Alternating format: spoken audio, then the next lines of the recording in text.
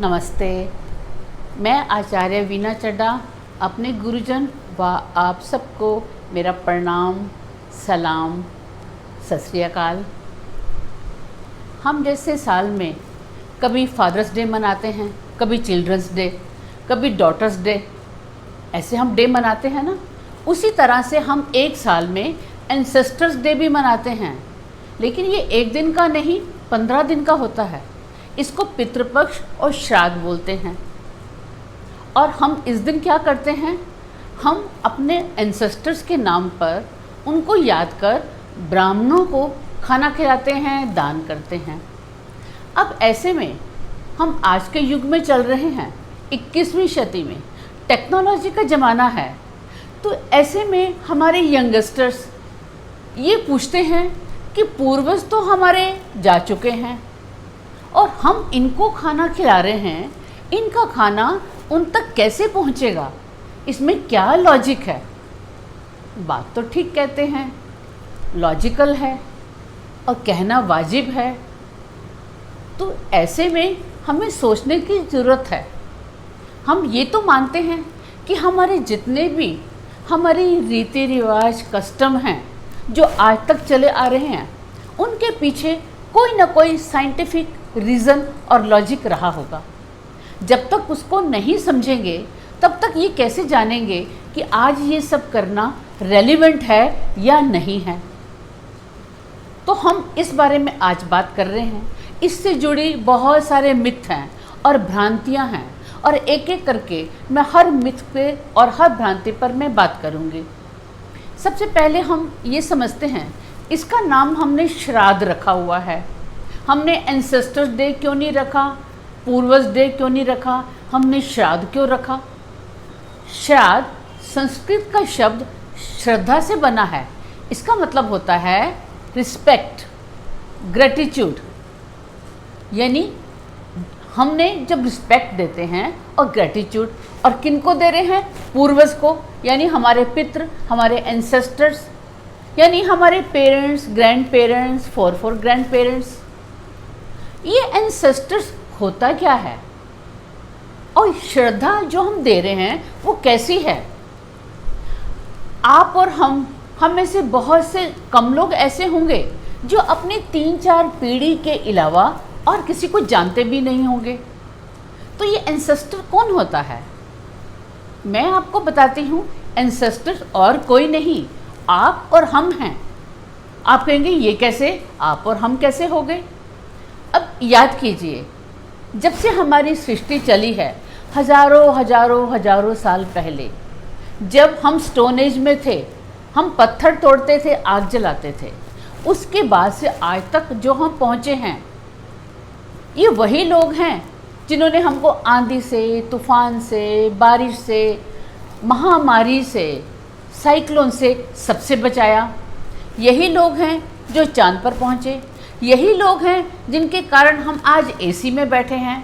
यही लोग हैं जिनके कारण हमने अच्छे कपड़े पहने हुए हैं, हम अच्छे घरों में रह रहे हैं। यानी जितने भी साइंस की तरक्की हुई, जितने भी साइंटिस्ट थे जो हिमालय पर पहुँचे थे, वो सब और कोई नहीं, वो हम ही थे। यानी वो हमारे ही एज पूर्वज थे। वही लोग बार बार जन्म लेते लेते लेते हम तक पहुँचे हैं। आप कहेंगे हम तो इस बात को मानते नहीं। अच्छा, एक बात बताएं, आपने कभी किसी छोटे बच्चे को देखा? आप 4-5 साल के बच्चे को देखें, जब आप देखते हैं तो आपको लगता है ना कि अरे ये तो बहुत शरारती है, इसको तो बहुत तेज़ है, इसको बहुत सारी बातें आती हैं। अरे हम तो इतने बड़े थे, हमको तो ये सब आता ही नहीं था। जो काम हमने 40 साल में सीखा वो ये 4-5 साल की एज में सीख रहा है और इसको सब आता है। अरे ऐसा लगता है जैसे ये माँ के पेट से सीख कर आया है। हम ऐसा कहते हैं ना। हम ऐसा क्यों कहते हैं? क्योंकि जो ये कर रहे हैं वो उनके लिए नया नहीं है। हमने बहुत सारी चीज़ें पहली बार की, और इसीलिए हर आने वाली पीढ़ी पहले से ज़्यादा तेज़ होती है। वो सब कैसे होता है? जब हम मरते हैं, हमारी डेथ होती है, तो शरीर तो हमारा मर जाता है, लेकिन कहते हैं ना आत्मा मरती नहीं है। और आत्मा क्या होती है? ऐसी चीज़ होती है, एक मोबाइल की चिप, उस चिप में हमारा सारा डाटा स्टोर होता है।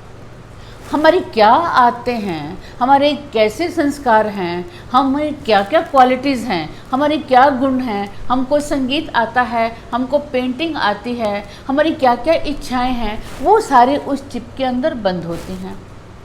और उसके बाद क्या होता है, वो चिप जब हम मर जाते हैं वो घूमती रहती है और तलाश करती है कि वो अपने गर्भ की तलाश में जाती है। वो दोबारा से जीना चाहती है, क्योंकि वो बहुत सारी बातें जो उसने सीखी थी वो उनका इस्तेमाल करना चाहती है। उसकी कई ख्वाहिशें होती हैं, वो उनको पूरा करना चाहती है। तो वो ढूंढते ढूंढते एक सूटेबल गर्भ देखती हैं कि मैं यहाँ पर जाऊँ। और वो जैसे ही उसके अंदर जाती है तो वो सारी बातें जो उसने पहले सीखी होती हैं उसको पहले से आती हैं। तभी तो होता है ना, हम कहते हैं ना, अरे इसकी हंसी तो अपने दादा जैसी है, अरे ये बोलता तो अपनी दादी जैसे है, ये बचपन से ही इसको संगीत आ रहा है, 5 साल की उम्र में इसके दादा परदादा ऐसे हुआ करते थे, ऐसा हम कहते हैं ना। यानी हमारे अंदर हर चीज़ जो भी है वो हमारी नहीं है, हमारे ही पूर्वज हैं, हमारे ही फोर फादर्स हैं। वो चलते आ रहे हैं हजारों हजारों साल से घूमते घूमते, और वही क्वालिटीज़ वही सब कुछ ऐड होते जाते हैं। साइंस इसको डीएनए बोलती है, साइंस क्रोमोसोम बोलती है। वो ये सारी वही चीज़ हैं जो सदियों से चली आ रही हैं, यानी हमारे पूर्वज हमारे ही अंदर हैं। अब जब हमारे अंदर हैं और अगर हम कोई अच्छा काम करेंगे तो हमारा अंदर का वो खुश हो जाएगा। हमारे अंदर का वो जो हमारे पूर्वज थे, हो सकता है उनसे कोई अच्छा काम ना हो पाया हो, कोई उनकी अधूरी चाहत रह गई हो। ऐसा होता है ना, हम खुद जो मर्ज़ी करें, लेकिन जब हमारे बच्चे कोई अच्छा काम करते हैं तो हम प्राउड फील करते हैं। हम कहते हैं बहुत अच्छा काम किया, हाँ बेटे ऐसे अच्छा काम ही करो। तो वो हमारे अंदर का वो जो हमारे पूर्वज वाला, जो हमारे मैं का वो हिस्सा जो हमारे पूर्वज हैं वो हमारे अंदर हैं। और जब हम उनको, किसी गरीब को, ब्राह्मण को खिलाते हैं तो ये समझो वो हमारे अंदर का मैं खुश हो रहा है। और वैसे भी ये तो हमने लॉ ऑफ कर्मा में देखा ना, जो हम किसी को देते हैं वही हमको मल्टीप्लाई होकर मिलता है। जब हम किसी के लिए अच्छा करेंगे तो वही ब्लेसिंग्स मिलेंगी। तो इसीलिए हम श्राद्ध में पूर्वजों के नाम पर ये सब करते हैं, ताकि हमारे अंदर का वो जो पूर्वज है वो प्रसन्न हो सके, और हमको एक मौका मिलता है अपने आप को समझने का कि हमारे पूर्वज और कोई नहीं, मैं है, हमारे मैं का वो हिस्सा। और जब हम अपने आप से मिलते हैं, अपने आप को पहचानते हैं, और जब अपने आप को पहचान लेते हैं तो फिर तो हमारी सारी प्रॉब्लम ही दूर हो जाती है। इसीलिए श्राद्ध रेलिवेंट है, और इस दिन हमको अपने पूर्वजों को याद कर ब्राह्मणों को खाना खिलाना चाहिए।